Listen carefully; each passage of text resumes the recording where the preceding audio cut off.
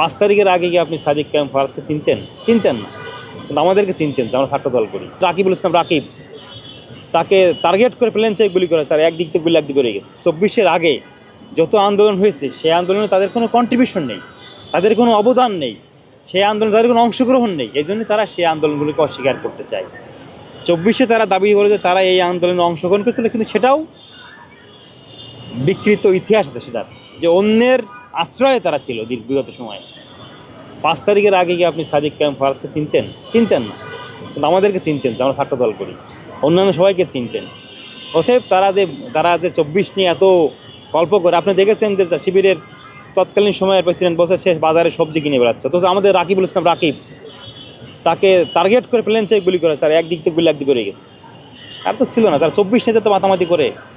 আপনি 10টা ছবি দেখান তো, হ্যাঁ, ছাত্র শিবিরের প্রেসিডেন্ট রাজপথে ফাইট করতেছে, লড়াই করতেছে, সংগ্রাম করতেছে, টিয়ার খাইছে, গুলি খাইছে, সররা গুলি খাইছে, দেখান নাই। কারণ তারা এই যে মিলেমিশে ছিল। পালিয়ে যাওয়ার পরে, আমলিগ পালিয়ে যাওয়ার পরে ছদ্মবেশ ধারণ করে 2-1টা কমিটি পাবলিশ করে যে আমরা ছাত্র শিবির করি, এই নির্যাতন দেখিয়েছে। ছাত্র শিবিরের নেতা একজনকেও আপনি দেখাইতে পারবেন যে তারা ক্যাম্পাসে মার খেয়ে বেরোয় গেছে? তাদের কর্মীরা নিপীড়িত হয়েছে, তারা খোলস পাল্টায়নি, তারা একদম খোলস নিয়ে ছিল একদমভাবে। ওতে আমরা বলবো যে আপনারা 24-কে ধারণ করেন, 71-কে ধারণ করেন, 1952 সালকে ধারণ করেন, 90-কে ধারণ করেন। সকল বাংলাদেশিদের পক্ষে যে আন্দোলনগুলো ছিল সেই আন্দোলনকে ধারণ করে সামনের দিকে আগান, সেটাই আপনাদের শুভযাত্রা হবে বলে আমরা সেটা বিশ্বাস করি।